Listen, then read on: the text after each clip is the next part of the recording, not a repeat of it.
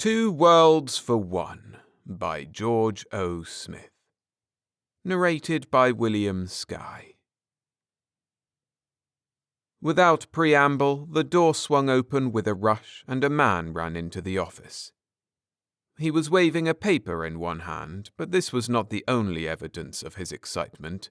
Aside from the waved paper and his obviously breathless appearance, the man spoke as soon as he was within sight of the other man behind the desk. "Professor Milton has resigned." The man behind the desk smiled resignedly. "Don't be too concerned, Dr. Harris. Professor Milton has resigned before. He always comes back." Dr. Harris shook his head. His agitation did not diminish despite the calm composure of the man behind the desk. "Dr. Edwards," he explained, "you don't really understand. "Look, Harris," replied Dr. Edwards, dropping the formality of title. "Is there anything we can do about it?" "No," admitted Harris uncomfortably. "But you don't know what he'll be doing next." He handed the paper to the quiet man behind the desk. Dr. Edwards read, "Dear Dr. Edwards, it has come to my attention that the world is in a high state of confusion. Under these trying circumstances, I feel moved to do something constructive about it. You will understand that any honest attempt to eliminate the state of strife that exists is most difficult under my present affiliations with this institution. Ergo, I make formal resignation, knowing that a request for even a brief leave of absence would not be granted. Have no lasting fear. I may return once I have accomplished the reinstatement of peace and quiet in this troubled world. Sincerely yours, Paul Monroe Milton, Ph.D. Dr. Edwards shrugged. "This time it is the state of the world," he said. His voice held a twinge of amusement. Harris gasped. "You're not really worried?" "Of course not. There is no single man on earth capable of untangling the mess of the century." "I wonder," objected Harris. "Why?" "Professor Milton is a literal-minded genius and a bit of a screwball. A more brilliant man has seldom existed on this earth, but he reminds me somewhat of a powerful machine running wild. Neither he nor a machine has much judgment." "But what are you worried about?" "Remember the time he said nothing is impossible and was instantly told to try scratching a match on a bar of soap?" Edwards laughed heartily. "You bet," he chuckled. "Milton invented a safety match that would light only when scratched on a soft, moist bar of soap. Nowhere else." "Uh-huh," drawled Harris. "And a bit of common sense added to that kind of genius might have brought forth a real safety match that might be worth millions to the institution. What I'm a bit worried about is just what angle his rather literal mind will follow." "No matter. We can stop him once we know, and Professor Milton is not an unknown figure. We'll wait and watch carefully." Dr. Harris nodded slowly. He was sensible enough to know that the professor was missing completely, and no matter how dangerous it might be, nothing could be done until Professor Milton did something to smoke himself out into the open. He left Dr. Edwards's office determined to keep a close eye on newspaper and a sharp ear on the radio commentators. The General Assembly of the United Nations came to order after prolonged applause. The chairman nodded genially and spoke into the microphones on his desk. His words were translated for those who did not understand his tongue, but no man present was unaware of the importance of the figure beside him. Pictures have no tongue, and Professor Milton was genius. "Gentlemen," said the chairman, "this may seem irregular." However, Professor Milton comes before us to explain a plan he has evolved for the continued peace and satisfaction of the world.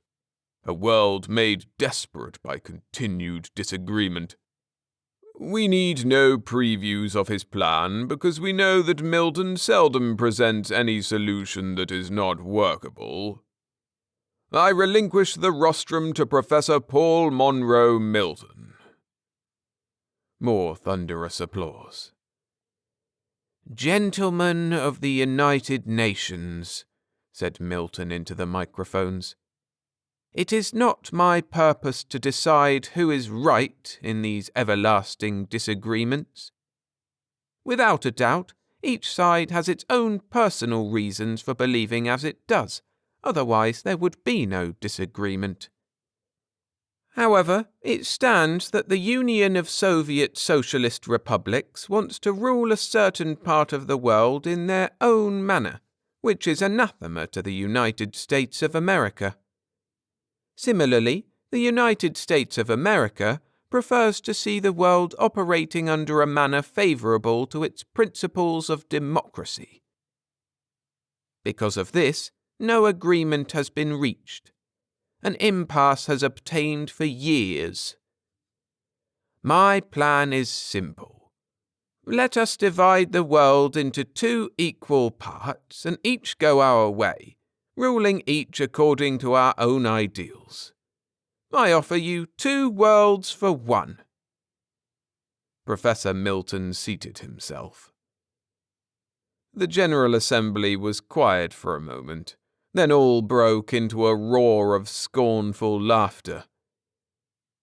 Minutes later, the chairman succeeded in restoring order. He said, "I fear that Professor Milton does not quite understand. My dear Professor Milton, we agree in the whole. The main argument is not that we should do this. The question at hand is how to get along after the world is divided." "Simple," said the professor. "It is—" He was interrupted by more roars of laughter. "Fools! Idiots!" he stormed. The power of his voice stilled the laughter. "You think it will not work?" More laughter and an undercurrent of remarks like, "Choose up sides like a ball game. Make it cricket, old chap. Match you for the Dardanelles, Commissar. Swap your Java for—" "Imbeciles!" yelled Professor Milton angrily. "Must I demonstrate?" "Just how do you propose to effect this division?" asked the chairman sarcastically. "By application of gravitic field theory," snapped Professor Milton. The Russian delegate arose, was recognized, and said, "Professor Milton's suggestion sounds uncomfortable. I fully believe that no one will find fault with Russia if I exercise my power of veto on this suggestion." He seated himself among wild cheers, laughter, and applause. In the excitement, Professor Milton left. Charles Ingalls of the FBI smiled tolerantly. "I see no reason to be upset," he said. Doctors Edwards and Harris shook their heads in unison. "You don't understand," explained Edwards. "Recall his words?" "Of course." "And you apply no importance to them?" "His theory sounds reasonable. Let Russia run her section." Harris snorted excitedly. He slapped the newspaper with the back of his hand. "Divide the world?" he said, his voice rising in pitch. "Have you any idea of what that would mean?" "Why, it still sounds sensible." "Professor Milton is literal-minded to the extreme. Professor Milton is sheer genius. That is why he is employed in our institution." "Then," snapped Ingalls, "why don't you keep him there?" "We'd like to. The trouble is that Milton is genius, and as such quite important to certain factions. His ability to solve problems hitherto unsolvable makes him valuable. One of the problems he has encountered and solved is the way to leave our institution at any time. That is why we treat him as an employee instead of an inmate. So, about this dividing business. Harris shook his head. When Milton said divide the world into two parts, he meant that literally. He is quite capable of devising some means of dividing the world astronomically. Ingalls laughed. Impossible, he chuckled. Several years ago, Professor Milton was in need of some dye for some obscure purpose. One of his assistants made a wisecrack to the effect that if Professor Milton was so smart, why couldn't he filter the dye out of ink and use that? Milton devised a filter capable of separating the dye from ink and used it. So far, the filter is useless for anything else, but it will certainly remove the colour from a bottle of ink, leaving the stuff in two useless quantities. Interesting, but astronomically, the idea of separating the world into two hemispheres is disastrous. Why? Asked Ingalls. I know little of astrology. Edwards glared at him. Not astrology, astronomy. Astrophysics or celestial mechanics. Your half-apple of a world is unstable astronomically. Gravity would set in unfavourably upon the instant of division and separation, and the half-apple would collapse into two smaller spheres, gradually assuming true spherical shapes in thousands of years as the rock's cold flowed. But for the moment, the shock and the immediate crack-up would leave no city standing. Huge crevices would be formed, and no living thing to remain. Understand, I'm a doctor of medicine and not an astrophysicist. My description may err, but I can guarantee that the results would be disastrous. I suggest that if you don't believe me, call one of the big brains at Mount Palomar. They'll tell you the details. It sounds impossible. But if the man is a maniac— Not a maniac, objected Dr. Harris. Just completely single-track literal-minded. Genius without judgment. Cares nothing for any problem that has not caught his fancy, but will pursue anything he likes to the bitter end. Trying to keep up with what he fancies is like predicting which way a bar of bath soap will squirt when you step on it inadvertently. He's— Enough. Convinced or not, I'll aid you to recollect the professor. How shall we go about it? You're the manhunter, said Edwards with a smile. How do you go about it? Just what kind of thing will this mad genius use to divide the earth? Asked Ingalls. Lord knows, grunted Harris. Why? I was suggesting that we keep watch over the sale of certain materials. Make it a watch over all materials, snorted Edwards. Field theory is an abstract subject, and he'll try to reduce it to practice, I'd guess. Mechanical division is impossible, I'd state flatly. Gravity holds the Earth together. Slicing it would do no good, for it would cold pressure weld together once the knife passed. But with some sort of field to divide and direct the forces of gravity, well, your guess is as good as mine. Fine, said Ingalls sourly. So we have the job of locating one man in the earth who might be capable of ruining it, but we don't know how. He snorted. Could one man do it? We're here because we think so. He's done some mighty impossible things so far. Few of them are known for security reasons. Actually, though it is not admitted, Professor Milton is the man whose calculations made the original uranium pile practical. He took theory and reduced theoretical equations to practical calculations before they tried it out at the University of Chicago. It was some of his calculations that, stolen of course, put the rocket experts on the track of developing the V-2. So... I begin to see. Professor Moreko of the Moscow Academy of Science shook his head heavily. "Ridiculous," he said in a good grade of English into the telephone. "Ridiculous, my comrade. No earthquake fault lines exist there."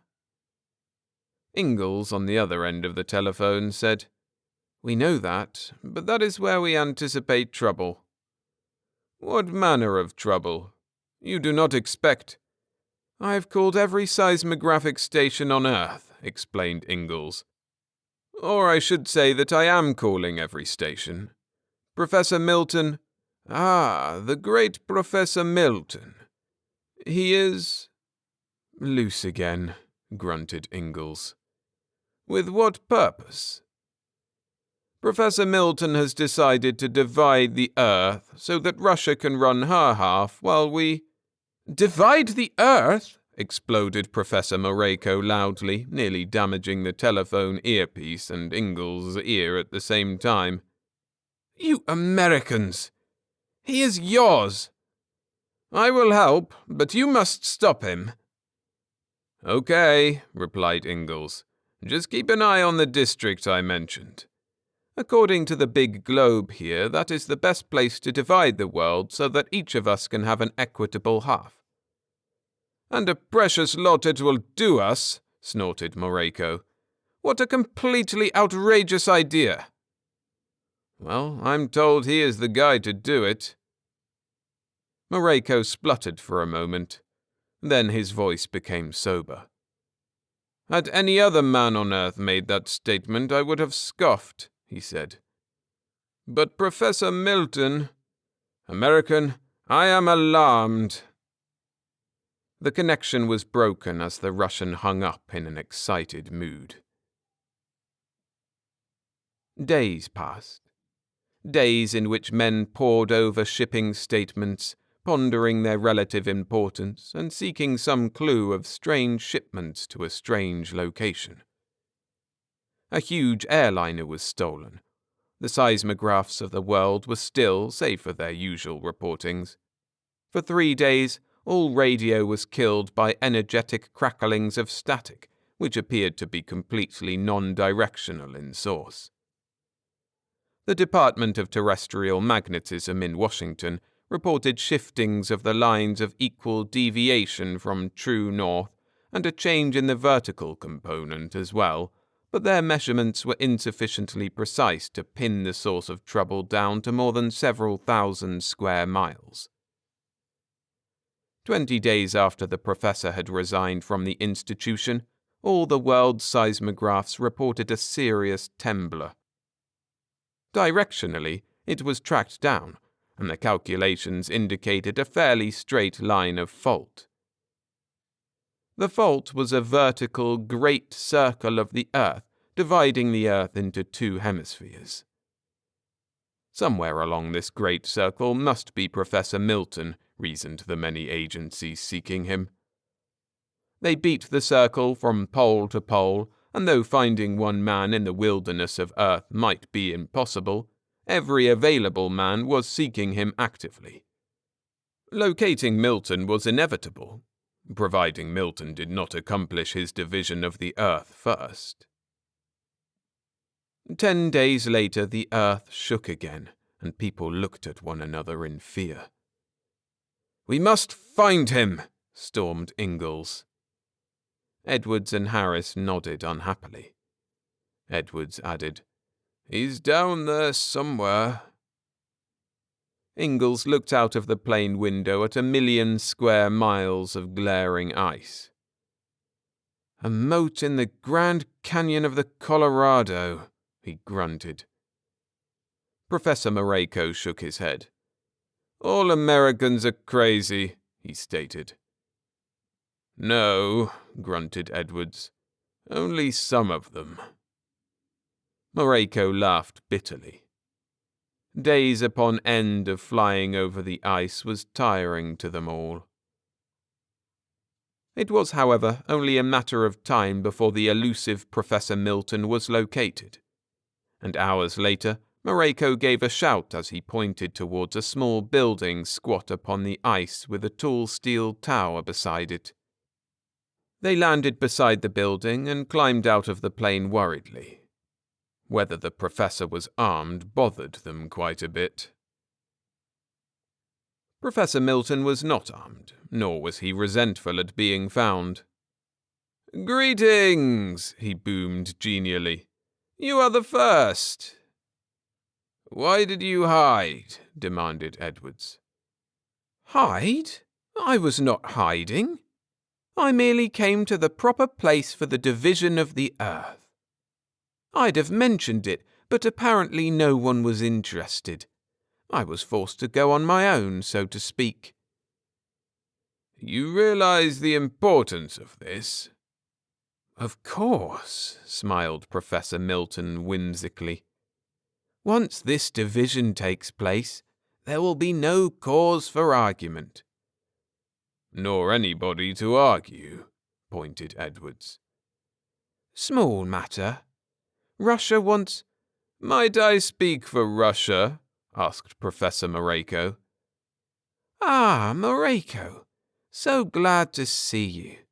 Of course you may speak." "Professor Milton, I tell you that neither Russia nor the United States is pleased with this proposition of yours."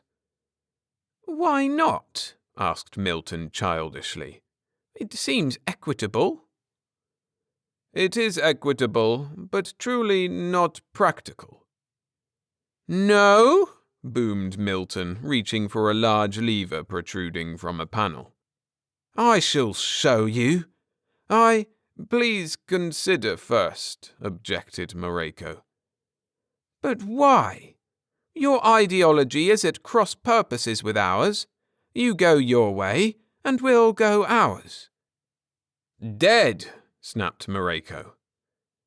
"Better dead," replied Milton, "than constant strife."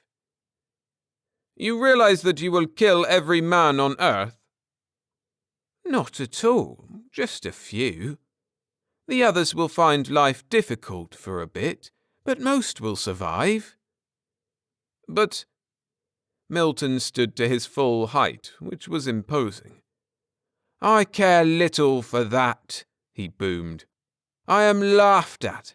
I am made a fool of. I am ridiculed. I am told that my theories are impossible. I shall show them all, though they die in the attempt." "And you yourself?" "And if we do, it will prove my theories sound. Russia and the United States may each have their half, separated by millions of miles of space where neither can harm the other." "It will not work," said Mareko. Edwards and Harris groaned. Telling Professor Milton that something will not work was the best way to urge him on. Professor Milton sat down with a superiorly tolerant smile. "I shall give you 5 minutes," he told the Russian. "If you prove this impossible, I will desist with but a formal apology from those doubting Thomases." "Clip him," snapped Ingalls, pointing a revolver at the professor. Professor Milton smiled. "Field theory," he told Ingalls. "Pull the trigger and see what happens." Ingalls grunted, pointed the pistol at the wall, and fired. The explosion was but a piffling one, more of a slow burn than a sharp bang. The bullet oozed from the end of the barrel and fell to the floor with a thud. Ingalls pulled a blackjack from his pocket and started forward, lifting it. Then he stopped. Moving the sap was difficult, like trying to swing a sledge under water. "All metals encounter resistive fields here," said Professor Milton. "At him bare-handed, then," snapped Ingalls. "Wait," said Mareko. "The world need not lose a brilliant brain. Once I have convinced him of the fallacy, he will forget this entirely." "Fallacy?" snapped Milton angrily. You think I cannot divide the world? Mareko smiled. No, my esteemed colleague, I know you can divide the world. That all the earth grants. The earth does not want itself divided. Even to eliminate trouble? If I prove to you that the trouble will not be eliminated, then will you forget this venture? Yes, but it is the only way. Mareko nodded. I presume that you have set up a plane of cleavage through the earth. One, say, that will divide the earth and also screen the gravitic attraction of each half for the other so that centrifugal force will cause the two halves to separate. Yes. Then, once separated by several millions of miles, you believe that no arguments can ensue. Yes. Because you think that neither of us can get at the other to do harm.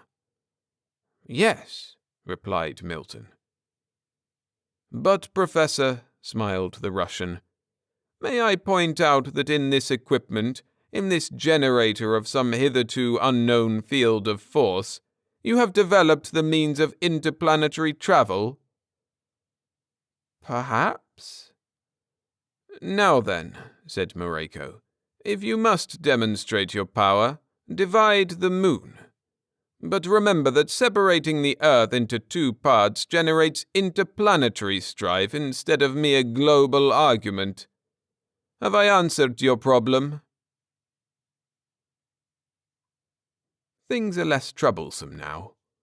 A bit of impending disaster will draw people together. It is often a sorry fact that once the disaster is averted, those people will again revert to their former animosity. But all that the people of the earth have to do to remember is to look upwards. There are 2 moons in the sky, moons once hemispherical, but whose edges daily crumble into crude spheres. A nice reminder, and also another problem for Professor Milton. He has not yet returned to his institution, for he is living in a glass dome on one of the moons, trying to work out the problem of bringing them together again.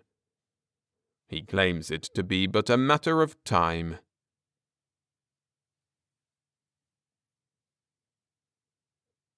Thanks for listening.